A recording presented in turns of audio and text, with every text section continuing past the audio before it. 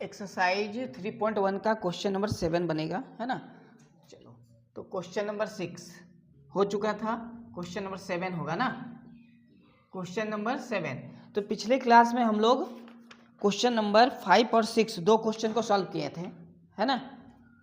Question number 7 में लिखा है समीकरणों x माइनस वाई प्लस 1 बराबर 0, यानी एक समीकरण इसमें दिया हुआ है।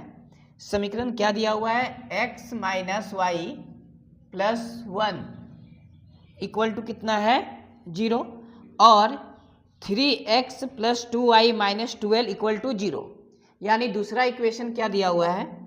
3x माइनस 2y माइनस नहीं है, प्लस 2y और माइनस 12 इक्वल टू क्या है? 0।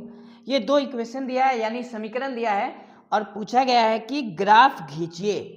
आगे क्या बोला है? इन दोनों समीकरण का क्या खींचने बोला है? ग्राफ। फिर आगे क्वेश्चन में लिखा है एक्स अक्ष और इन रेखाओं से बने त्रिभुजों के शीर्षों के निर्देशांक ज्ञात कीजिए और त्रिभुजाकार पटल को छायांकित कीजिए।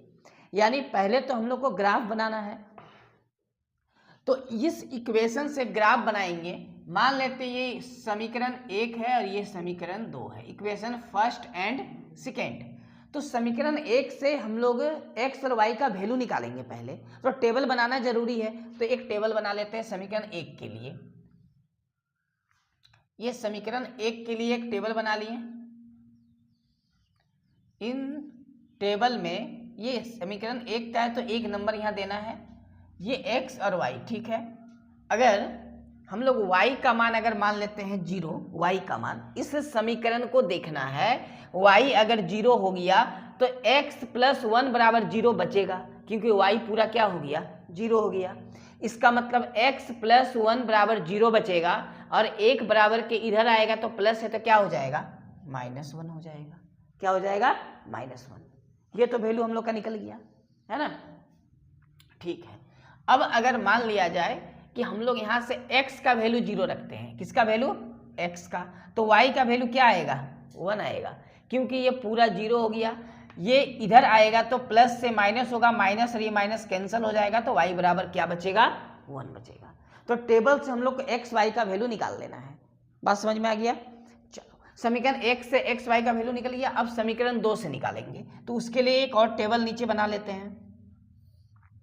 जब तक ये वैल्यू नहीं निकलेगा ग्राफ नहीं बनेगा। ये हुआ इक्वेशन सेकेंड का टेबल, x प्लस वाई, ठीक है। हम लोग अगर y का वैल्यू यहाँ 0 मानते हैं, y का वैल्यू क्या मानते हैं? 0। अगर ये पूरा 0 हो गया, क्या क्या बचा? 3x माइनस 12 बराबर 0। 12 को इधर करेंगे तो माइनस से क्या हो जाएगा? प्लस। तो इसका मतलब क्या आया? 3x बराबर 12। 3 के पहाड़ा में 12 कितना बार में कट जाएगा? तो यानी x का मान क्या आ जाएगा? 4 आ जाएगा। बात समझ में आया? अब आते हैं दूसरा वैल्यू निकालते हैं इसमें से। अगर हम लोग x का वैल्यू 0 रख लेते हैं, x का वैल्यू क्या रख लेते हैं? 0, तो ये पूरा 0 हो गया। 2y माइनस 12 बराबर क्या बचेगा? 0। बराबर के इधर 12 को ले जाएंगे तो माइनस से क्या होगा? प्लस होगा, यानी 2y बराबर 12। 2 से 12 को काटेंगे कितना बार में? 6 बार में। तो ये y का वैल्यू कितना निकल गया? 6 निकल गया, है ना। तो हम लोग 0 मान के बना लेंगे, तुरंत आ जाएगा। हम पहले x का मान 0 मान सकते हैं, बाद में x का मान 0 माने, कुछ नहीं होगा। हम यहाँ पहले y का मान 0 माने, फिर x का मान 0 माने, है ना।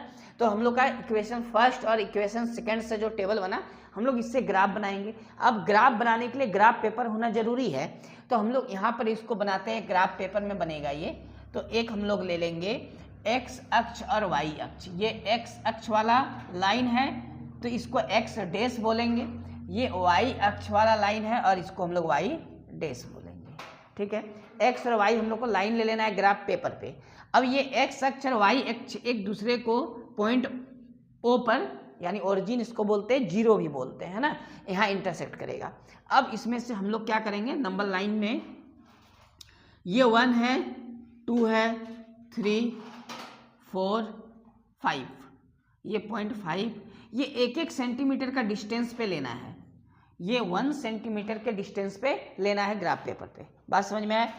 अब इधर आएंगे तो माइनस आ जाएगा। माइनस तो बस 1 तक है, तो -1, -2, -3 ये चलेगा। अब इस पॉइंट से जब ऊपर की ओर जाएंगे यानी y अक्ष में, तो ये होगा 1 2 1 1 सेंटीमीटर का डिस्टेंस है, 3 4 5 6 7, इधर आएगा माइनस में 1 -2, बस इधर माइनस में हमको ज़्यादा नहीं लेना है क्योंकि माइनस तक हम लोग का ज़्यादा वैल्यू है नहीं, बस एक ही वैल्यू है वो भी x वाला।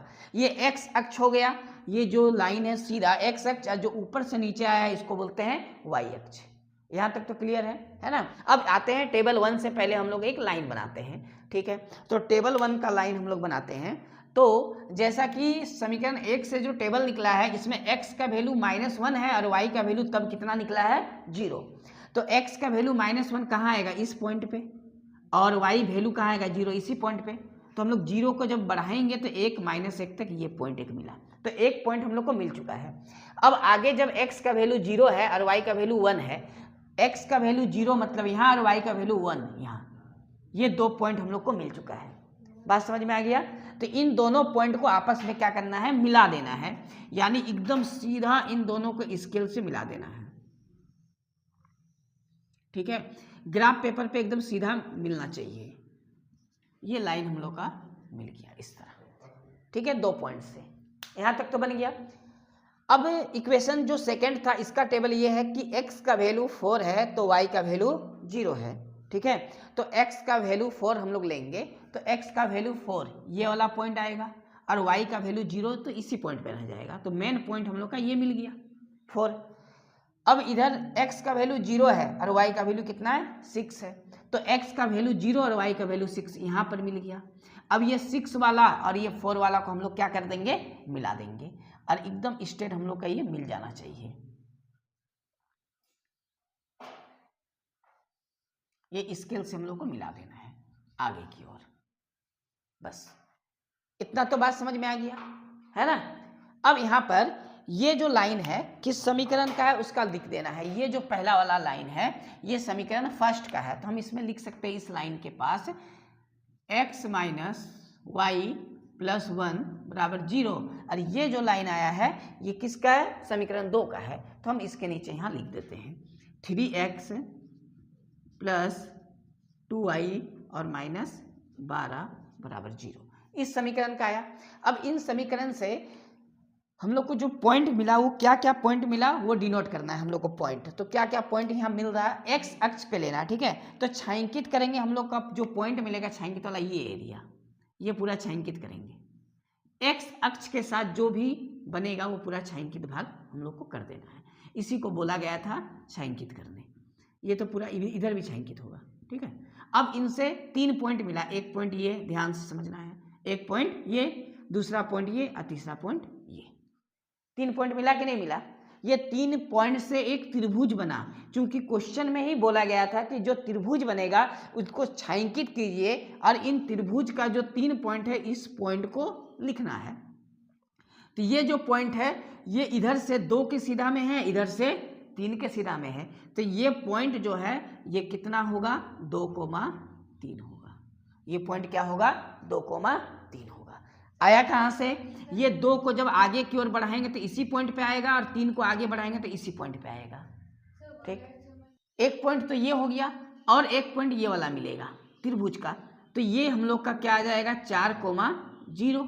ये एक पॉइंट हमको मिल गया और एक पॉइंट हमको ये मिल गया जिसमें से x का वैल्यू -1 और y का वैल्यू 0 है। तो 3 पॉइंट हम लोग को मिल गया। ये 3 पॉइंट हम लोग को लिख के आंसर लिख देना है। ये 3 पॉइंट है ना।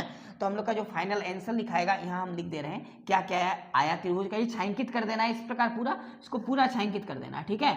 अब पॉइंट क्या क्या आया, तो पॉइंट में आएगा -1,0, ठीक है, 4,0, इसके बाद आएगा ये वाला 2,3।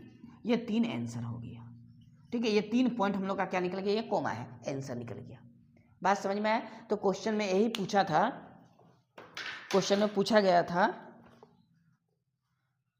ग्राफ खींचिए एक्स अक्ष और इन रेखाओं से बने त्रिभुज के शीर्षों के निर्देशांक ज्ञात कीजिए। तो ये त्रिभुज का क्या है 3 शीर्ष है, शीर्ष निकल गया। इसके बाद बोला गया था कि त्रिभुजाकार पटल को छायांकित कीजिए। ये छायांकित कर दिए, पूरा हम लोग सेट कर दिए पूरा। बात समझ में आया। तो हम लोग का ये जो चैप्टर था ना, ये पूरा चैप्टर हम लोग का एक्सरसाइज 3.1 जो है ये पूरा कंप्लीट हो गया। इस चैप्टर का एक्सरसाइज 3.1 पूरा क्या हो गया, कंप्लीट हो गया। अब हम लोग नेक्स्ट क्लास में इसके नेक्स्ट जो भी एक्सरसाइज है उसको सॉल्व करेंगे, ठीक है।